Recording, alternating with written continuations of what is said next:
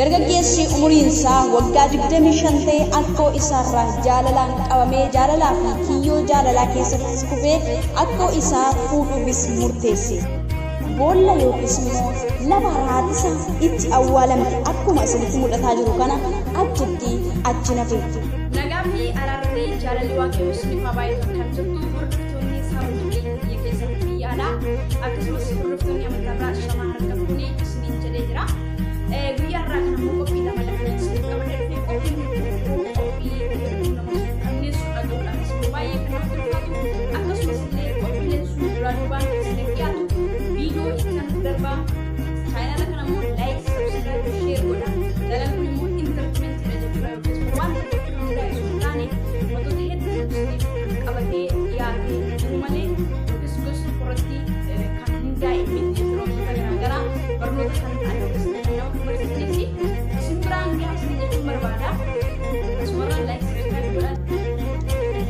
Oduu baay'ee nama rifachiisuu fi addunyaan garamitti akka deemtus baay'ee afaan nama qabachiisu tokko isiniif kenneera. Innis dargaggeessi umuriinsaa waggaa 25 ta'e akkoo isaarraa jaalalaan qabamee jaalalaa fi kiyyoo jaalalaa keessatti kufee akkoo isaa fuudhuufis murteesse. Akkoon isaa yookiis immoo dubartii inni jaallate umuriin ishee waggaa 85dha. Jaalala hamaa keessatti liqimfamee yookiis immoo qabamee ishee fuudhuufis qophiitti jira. Dargaggeessi kun jiraataa biyya Koongoo kan ta'e dargaggeessaa Muyaawii jedhamu jaartii umuriin ishee 85 ta'ee fi ijoollee 8 kan qabdu akkasumas ijoolleen ishee immoo 20 kan qabdu Tireezaa nama jedhamtu waliin jaalala keessatti kufee fuudhuufis yookiis immoo fuudhatti galuufis immoo ifa baasee dubbate. Dargaggeessi kun gaafa yookiis immoo ibsa kennu akkas jedhe dubara kanaan dura hedduus akka jaallatee fi hedduudhaanis akka jaallatame ibsa. Haa ta'u iyyuu malee kan ishee kun garuu adda jedha. Addunyaan garamitti deemti? Akkamitti akkoo isaa yookiis haadha isaa deebi'ee ilmi fuudhuu danda'a? Har'a kun kan ta'e bor immoo gara kamitti akka deemu tilmaamuun baay'ee salphaadha. Hundumti keenya bakka jirrutti dammaquun murteessaadha. Gaafa ibsa kennus akkas jechuun dubbate. Guyyaa tokko nan yaadadha galgala hiriyyaan koo na bira hin turre baay'een beela'e baay'een rakkadhe baay'een dhiphadhe.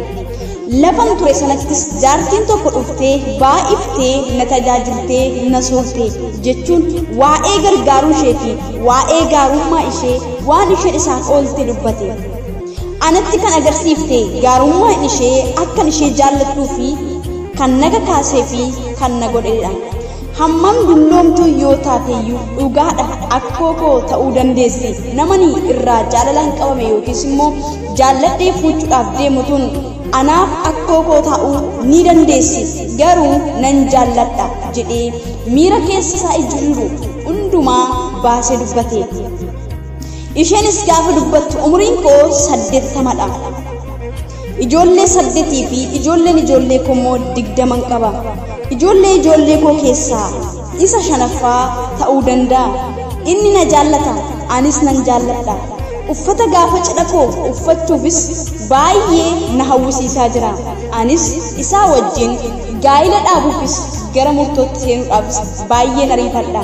Jaalalli jaamaadha inni jedhame kana ta'a laata jedhee sooshaal miidiyaa irratti namoonni hedduun wal harkaa fuudhanii afarsaa jiru.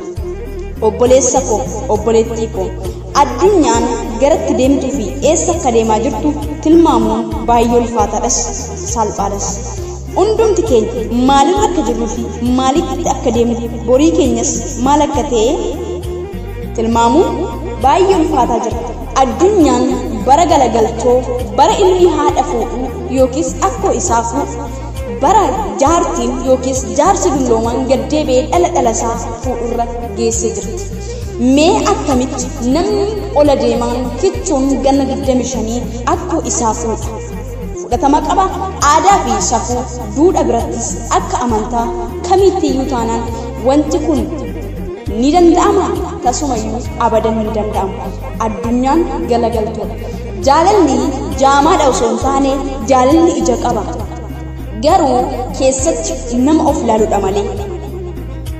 Oduu baay'ee sukkanneessaa fi laphee namaa cabsu akkasumas dhaga'uufis gurra namaatti kan hin tolle namni isin suuraa irratti argitan akkuma isinitti mul'ataa jiru kanas lafa awwaalchaa harmee isaa daawwachuudhaaf manaa ba'e. Akkasumas adeemee achi ga'ee lafa harmeensaa itti boqotte sababiin isaayyuu namni addunyaa kanarratti ni dhalataa ni guddataa jireenya bu'aa bayii hundumaa keessa darbee dhumarra garuu addunyaarraa godaana yookiis addunyaa lammataatti ce'a. Harmeen isaa addunyaa kanarraa boqottee gaafa awwaalcha isheetii akkuma lafa isheen itti awwaalamte sana immoo deebi'ee lafa harmee isaa daawwachuudhaaf yookiis ilaaluu deemee achumatti hafe. Obboleessi isin argitan kun boolla yookiis immoo lafa haadhisa itti awwaalamte akkuma isinitti mul'ataa jiru kana achitti achi hafe. Namoonni hedduunis akkas jechuun sooshaal miidiyaa irratti nama ciisu fakkaataa hin duune kanneen jedhanis jiru.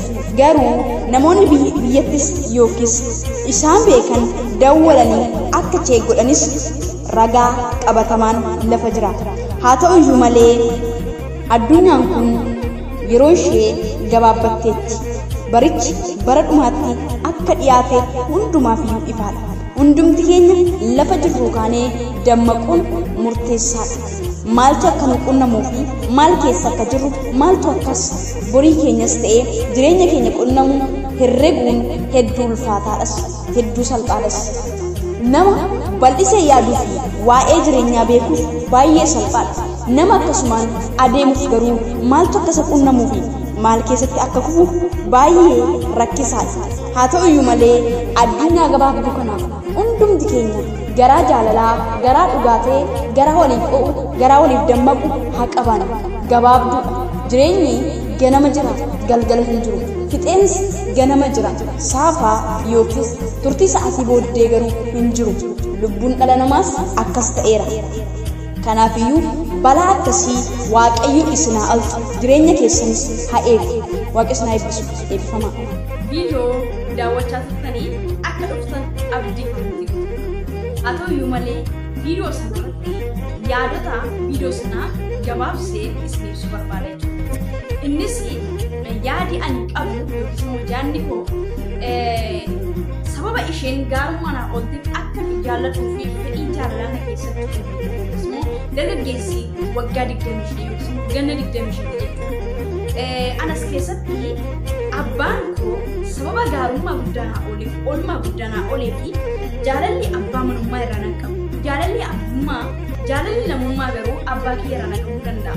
Garuu jaalalli abbaa koo wajjin ciisu yookiis immoo jaalala wajjin gara gaa'elaatti seenu abadan nan qabus fudhatama hin qabu jechuudha. Amantii kam keessattuu fudhatama hin qabu. Akkasumallee aadaa keenyas miti duudhaa keenyas miti aadaa nama kamiyyuu miti. Waan barri fidee fi waan haalli fidee fi addunyattiin gara kamitti akka deemaa jirtu salphaatti tilmaamuunis immoo jechuudha baay'ee isa nama rakkisu. Hundumti keenya salphaatti tilmaamuu dandeenya. Kanaafiyyuu hundumti keenya dammaqnee lafa jirru maal keessa jirru maalittis akka deemaa jirru jechuudha keessaa of baasuu akkasumallee dammaqnee qophaa'uun nurra jiraatan dhaamsa kiyya jechuudha.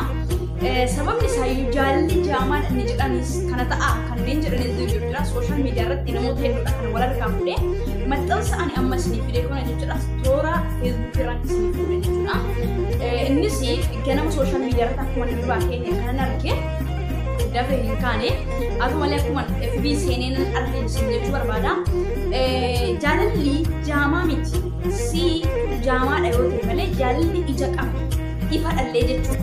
Keessatti obilaataa keessatti ijoollee keelaataa keessatti abbaa manaa keelaataa jaalalli maal akka ta'e daawwitii jireenya dhala namaati jaalalli jechuudha. Kan abbaa manummaa kan haadha manummaa osoo hin taane atumti kunillee jaalala keessatti akka daawwitiitti obilaataa jechuudha. Malee jaalalli ijas qaba gurras qaba jaalalli ibsaan dukkana miti jechuudha. Kanaaf namoonni akkas jedhanii haasaan jiru jechuudha. Kun barichatu bara dhumaatii bara itti Bija abjaa gad dhiifatee ilmoon akkoo isaa akka fuudhu yookiis immoo haadha isaa akka fuudhu intalli immoo abbaan akka heerumtutti dhufaa jiran hundumti keessan eenyuun akka jaallatanii fi eenyu wajjin reeshinii akka kumaa jirtan of eeggadha ilaalladha eenyu wajjin akkaasoftan social media kanatti of qoxxoowwan of ilaaluun barbaachisaadha. Nama fakkaatee bara seexanitti gadhiifame yookiis immoo baratti laphee dhalootaa keessa seexanni mo'ee waan fokkataa cigaa isaa akka baranoo yookiis immoo bara abaarsaatti fuudhaaf dhaloonni addunyaa kana akka macca'u gochuudhaaf deemaa jiru keessa jira waan ta'eef hundumti keenya irra jiruunii akka dammaqnu kun dhaamsa gochuun jedha. Dhaamsani viidiyoo lammataa irratti qabu immoo baay'ee nama suukkanneessa jechuudha. Lafa haadha isaa daawwachuu deemee gaafa lubbuun isaa achiin darbu anaan hedduu natti dhaga'ameera. Jechallee hin qabu jechuudha.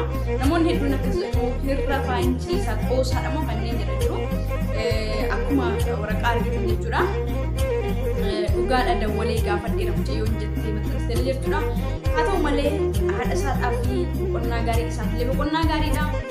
Addunyaan tuni akka fixeensaa lubbuu namaa gochaa jirti jechuudha. Kanaaf hundi keenya wal jaallachuu qabna, wal kabajuu qabna. Isin jechuu barbaada. Anis yoo isin balleesse ifamnaa godha illee jechuu barbaada. Turtii gaarii waan wajjin dabarsaniif illee guddaa galatooma.